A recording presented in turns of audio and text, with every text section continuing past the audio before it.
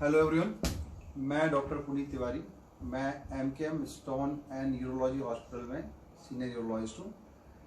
Last time हर तीसरे शनिवार की तरह जो अपन किडनी को बचाने के लिए, जो किडनी की सुरक्षा के लिए जिन विषयों पर चर्चा करते हैं, तो लास्ट टाइम अपन ने इन्फेक्शन की बारे में बात की थी और आज उसी श्रृंखला में स्टोन के रोग से कैसे बचें। सामान्यतः कई लोग पूछते हैं कि स्टोन मुझे हो गया है तो ये फिर से तो नहीं होगा, या मैंने स्टोन का ऑपरेशन करा लिया है तो अब दोबारा तो स्टोन नहीं होगा, तो मैं कैसे इससे बचूं। ये बहुत ही हमारी डेली की ओपीडी में बहुत सामान्य क्वेश्चन है और लोगों की जिज्ञासा इस बारे में बड़ी रहती है। तो गुर्दा पथरी रोग एक बहुत ही सामान्य बीमारी है और आउट ऑफ 10 लोगों में से लगभग 1 से 2 लोगों को ये होती है। पुरुषों में महिलाओं की तुलना में ज़्यादा होती है। गुर्दा पथरी रोग के मुख्यतः 2 कारण होते हैं। एक होता है जेनेटिक्स, जो कि जीन्स होते हैं जो अपने पेरेंट्स से हमारे अंदर आए हैं या पूर्वजों से अपने अंदर आए हैं, तो उन जीन्स के लिए उन जीन्स के कारण से पथरी बनती है। दूसरे होते हैं एक्वायर्ड, जिसमें कि जो कि अपने खान पान, व्यवहार और रहन सहन की में बदलाव करने से वो स्टोन बनते हैं। तो जेनेटिक्स के लिए तो हम बहुत कुछ नहीं कर सकते, क्योंकि वो तो पेरेंट्स से जीन आए, तो जीन आपके शरीर में है तो रहेंगे। उसके लिए हमको बहुत ज़्यादा उसकी रोकथाम के लिए बहुत ज़्यादा कुछ नहीं कर सकते। लेकिन जो एक्वायर्ड कारण है, जो कि 80% कारणों में होता है, उसमें हम लोग कुछ अपने बदलाव लाके इसको बनने से रोक सकते हैं। लेकिन स्टोन को बनने से रोकने की बारे में जानने से पहले हमें ये समझना जरूरी है कि स्टोन बनते क्यों। बचपन में हम लोग एक्सपेरिमेंट करते थे कि एक बीकर या एक जार लिया, उसमें नमक को घोलते आते तो एक अवस्था ऐसे आती है कि जब नमक और घुलना बंद हो जाता है और नमक के क्रिस्टल जमने लगते हैं। यही प्रक्रिया शरीर में चलती है और स्टोन का फॉर्मेशन होता है। तो अब यहाँ पे 2 चीजें हैं, एक है पानी, एक है कण, क्रिस्टल। इन दोनों, या तो पानी की मात्रा कम हो जाए तो जो सॉल्यूशन है वो गाढ़ा हो जाएगा, या क्रिस्टल की मात्रा बढ़ जाए तो भी क्रिस्टल बन के पथरी बना देंगे। तो ये बहुत ही इंपॉर्टेंट है कि पानी की मात्रा, इसलिए बोला जाता है कि पानी की मात्रा ज़्यादा पिए, जिससे कि जो क्रिस्टल है वो डाइल्यूट रहे और वो तरल अवस्था में रहे, वो आपस में चिपके नहीं और क्रिस्टल को ना बनाए। दूसरा, शरीर में भगवान ने कुछ एक सिस्टम बनाया है, कुछ एक तरीका बनाया है, कुछ होते इनहिबिटर्स कहलाते हैं, जो कि स्टोन बनने को रोकते हैं। वो स्टोन बनाने वाले कणों के चारों तरफ जम जाते हैं और उनको आपस में चिपकने से रोकते हैं। इनको अपन इनहिबिटर्स कहते हैं। दूसरे होते हैं प्रमोटर्स, जो कि स्टोन बनाने को बढ़ाते हैं। ये प्रमोटर्स जो होते हैं, ये कण, इनकी टेंडेंसी होती है कि आपस में चिपकेंगे और 1 से 2, 2 से 3, 4 से 5 वो आपस में चिपकते चले जाते हैं और स्टोन की मात्रा 1 से 2, 2 से 3, 4 से 5 मिलीमीटर बढ़ती चली जाती है। तो इनहिबिटर्स और प्रमोटर्स की जो रेशियो है, जो उनकी तुलना है और जो उनका अनुपात शरीर में है, उससे भी स्टोन की फॉर्मेशन में और उसके रोकने में, रोकथाम में मदद मिलती है। तो सबसे पहले यदि कोई रोगी आता है और बोलता है प्रश्न कि हम इसको कैसे रोकें, तो हम सबसे पहले, यदि उसका स्टोन यूरिन के थ्रू पास हुआ है, यूरिन के थ्रू निकला है, या किसी ऑपरेशन के द्वारा स्टोन के कण उसके पास हैं, तो स्टोन की एनालिसिस करना सबसे महत्वपूर्ण होता है। स्टोन कई टाइप का होता है, जैसे कि कैल्शियम ऑक्सलेट, जो कि 70% केस में होता है। इसके अलावा calcium phosphate, uric acid, struvite, calcium ammonium phosphate, बहुत सारे टाइप के स्टोन होते हैं और खान पीन में बदलाव भी स्टोन के टाइप पे ही निर्भर करता है। तो सबूत के आधार पे ही हम लोग आगे कार्रवाई करते हैं। जैसे कि स्टोन पेशेंट लेके आए तो उसका एनालिसिस करते हैं कि किस तरह का स्टोन है, और उसकी जो रिपोर्ट आती है उसके आधार पे ये पता करते हैं कि इसके खान पान में क्या बदलाव करना है, जिससे कि स्टोन की बार बार ना हो। क्योंकि एक बार अगर स्टोन आपको हुआ है तो 50% चांस है कि 5 साल में फिर बनेगा। तो अपन सिस्टम को चेंज करके, अपने जीवन को चेंज करके उस 50 को 5% जरूर कर सकते हैं। तो वो एक प्रयास हम लोग करते हैं। सेकंड होते हैं कि अब स्टोन अगर बनता है तो लोग पूछते हैं कि सबसे इंपॉर्टेंट चीज, पीने में क्या पिए, कौन सा पदार्थ पीना चाहिए, कौन सा नहीं पीना चाहिए। सबसे महत्वपूर्ण चीज है पानी की मात्रा। जितना ज्यादा अपन पानी पियेंगे उतना वो कण दूर दूर रहेंगे और उतना ज्यादा स्टोन बनने की समस्या कम होगी।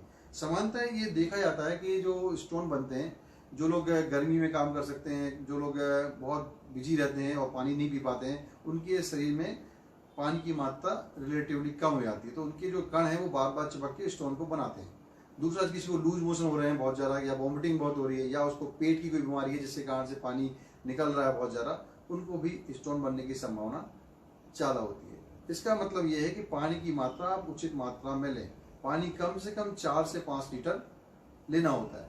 पानी की मात्रा की अगर हम बात करें तो ये भी बहुत महत्वपूर्ण है। अब मैंने एक पेशेंट से बोला, भाई आप पानी ज़्यादा पीजिए, 4 to 5 लीटर पानी आपको लेना है। तो ज़्यादातर मरीज क्या करते हैं, दिन के समय तो खूब पानी पी लेते हैं, लेकिन रात में सोते हैं तो पानी की कमी हो जाती है। अब रात में मरीज सो रहा है सीधा, उसकी किडनी में रुकावट है, किडनी में ठहरा हुआ है, पानी रुका हुआ है, पेशाब रुकी हुई है, उसने पानी रात में नहीं पी रहा है तो मूत्र की सांद्रता, मूत्र का गाढ़ापन बढ़ गया है, और उसने रात में खाना खाया हुआ है जिस खाने से जो कण बन रहे हैं वो भी यूरिन में आ रहे हैं।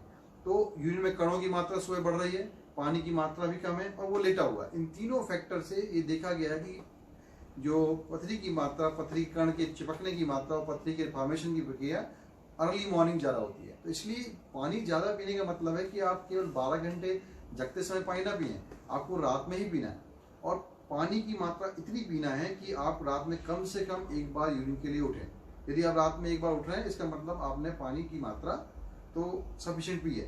रात में आप यूरिन के लिए उठे, आप खड़े हो गए, जो यूरिन रुका हुआ तो उसमें बहाव आ गया, क्रिस्टल बाहर निकल गए, पानी आपने पिया हुआ तो वो डायल्यूटेड अवस्था में है, और जो खाने से कण बने वो सब निकल गए। तो रात में एक बार उठना एक रफली एक क्राइटेरिया हो सकता है कि इतनी पानी की मात्रा आपको रात में सोते समय 2 गिलास पानी पीना है, और जब आप रात में उठ के पेशाब करके आए तो फिर 1 गिलास या आधा गिलास पानी पी लें।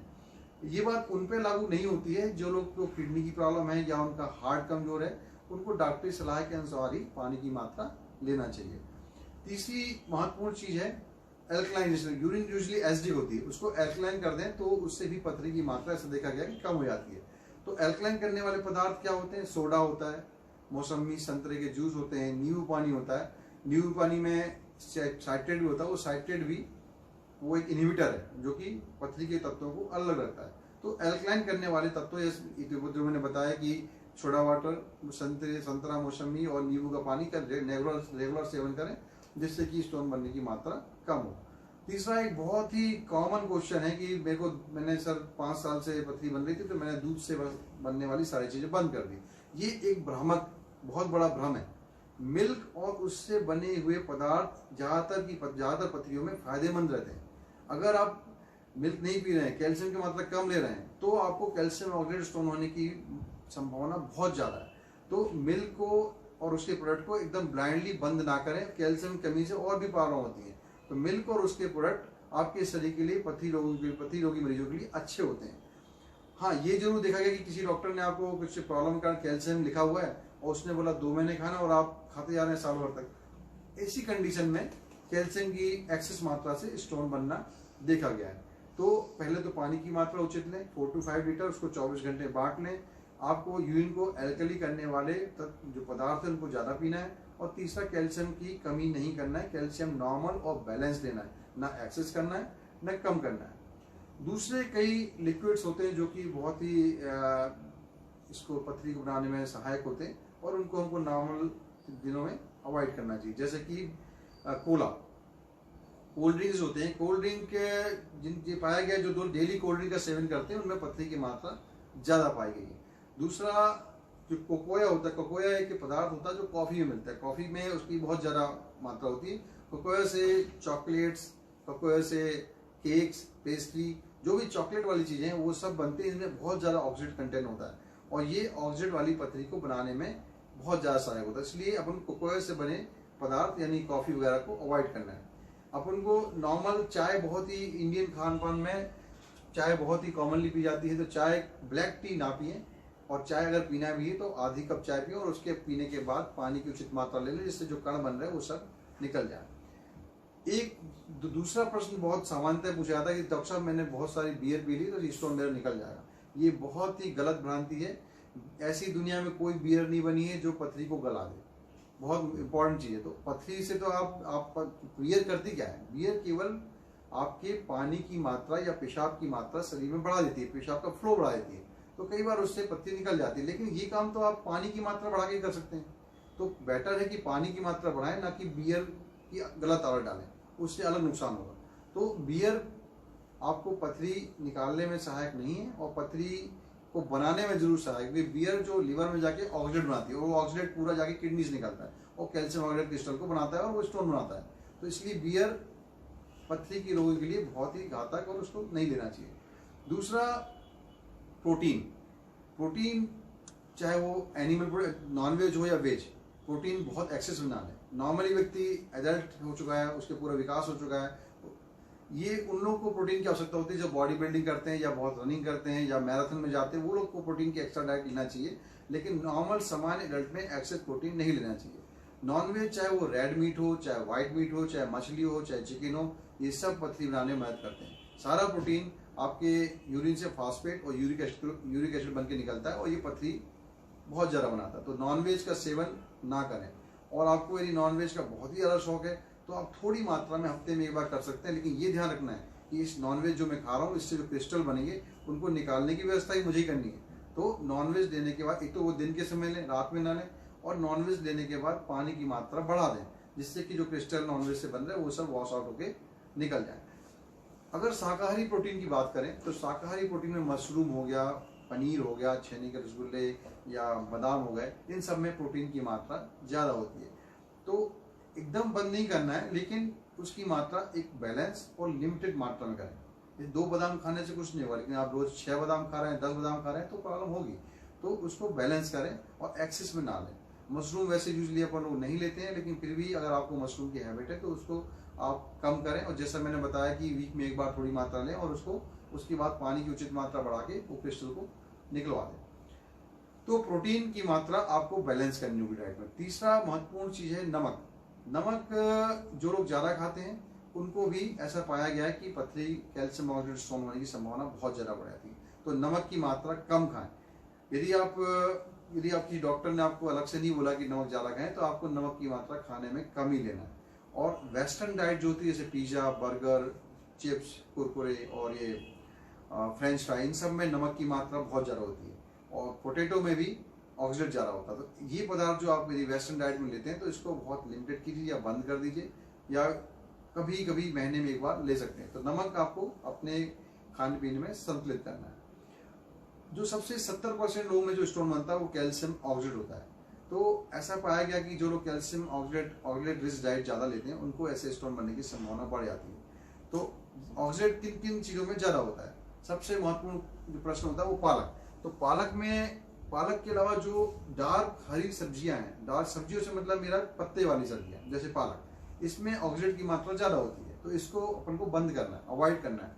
दूसरा जो चुकंदर है, मीठा आलू है, उसमें ऑक्सीडेंट की मात्रा ज़्यादा होती है, उसको अपन को कंट्रोल करना है। बीन्स मतलब कि पीनट्स या बरबटी, सैम, इन सब की मात्रा संतुलित करना है। 15 दिन में आप एक बार बरबटी सब्जी खा लेंगे तो कुछ नहीं होगा, लेकिन आप डेली खाएंगे तो प्रॉब्लम होगी।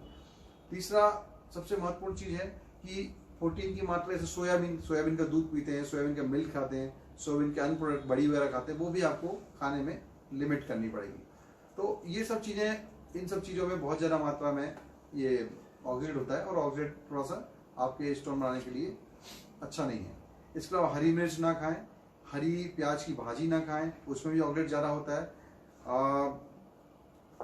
बैगन, भिंडी और इसके अलावा जो अदर बीन्स हैं जैसे कि ये सैम वगैरह, इनको आप 15 दिन में एक बार ले सकते हैं, इनसे प्रॉब्लम नहीं होगी। लेकिन ध्यान ही रखना है कि ऑक्सीडेंट रिच पदार्थ जब भी आप लें उसके बाद अगले 2 दिनों तक पानी की मात्रा एकदम बढ़ा दें। तो ये सब चीज़ें खान पीन में बहुत ध्यान रखनी है।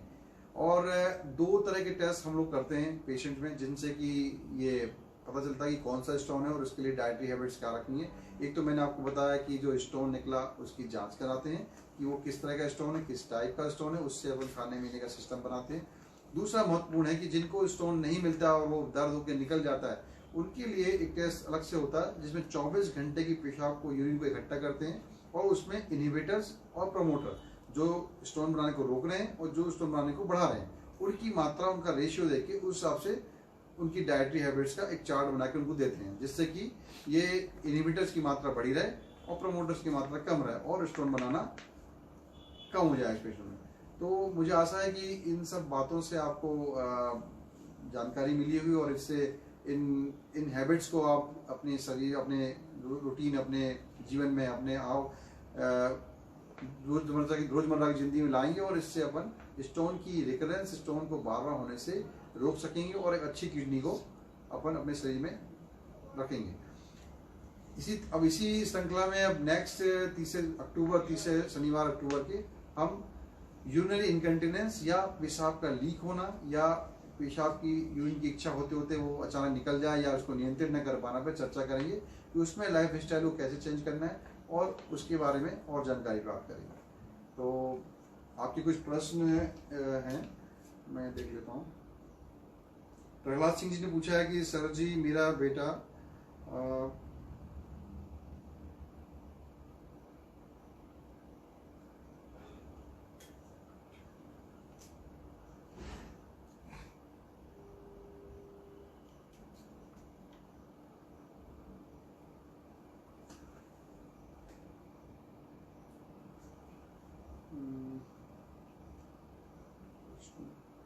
हाँ, इन्होंने बलवीर जी ने पूछा सर मुझसे बड़ी छोटी पथरी है, क्या वो बड़ी हो सकती है?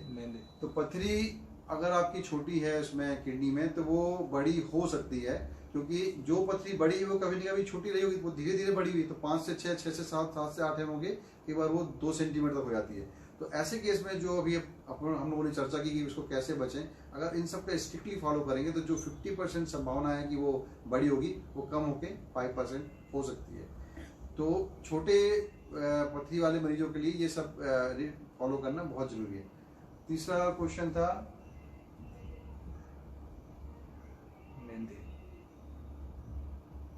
मैदा।